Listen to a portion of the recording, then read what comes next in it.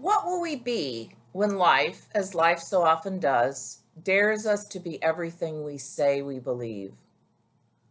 When these words were preached by a colleague of mine a few weeks ago, I knew they would be a stepping off place for this study group on Christian nationalism, because when he preached them, what I heard was, what will we be when judgment, condemnation, and exclusion are deployed as weapons of mass discrimination by those presuming to speak for traditional Christian values while utterly ignoring the justice, compassion, and inclusion preached by the radical rabbi from Nazareth we purport to follow? And here we are at week 1 of this study of Christian nationalism. Now, if you look up the word religion in the dictionary, you'll find out it turns to have the same root as the word ligament, that which binds together.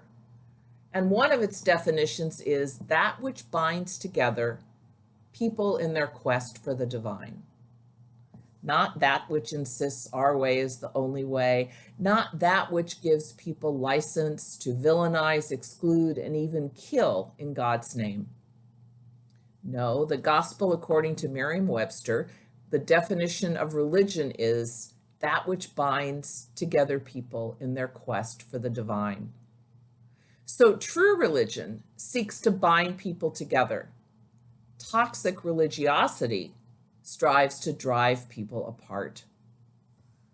Toxic religiosity creates a narrow worldview that programs you to believe science is an enemy of faith and sets you up to reject as fake news the very science that calls us to come together to save what we can of this planet we've exploited rather than tended.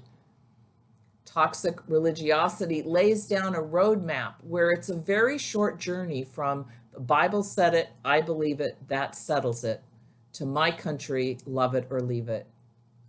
And there's a direct connection between this theological worldview and the rise of nationalism, sexism, white supremacism, and the rest of the litany of isms that plague our nation and our world, the rise of the forces we struggle against daily as we live out our baptismal promise to persevere in resisting evil, the forces Pamela Cooper-White writes about in the text we'll be exploring over the next 3 weeks.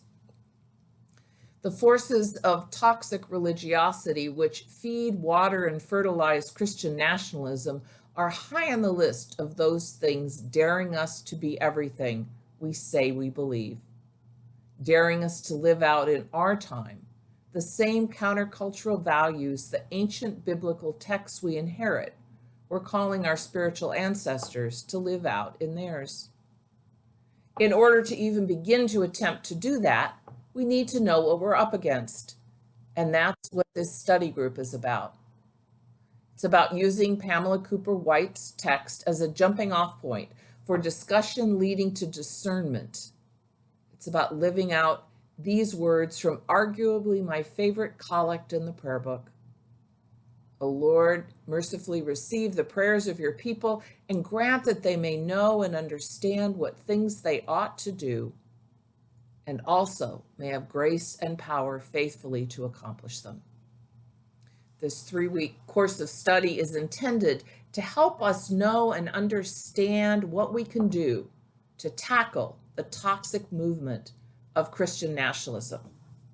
So let's get started.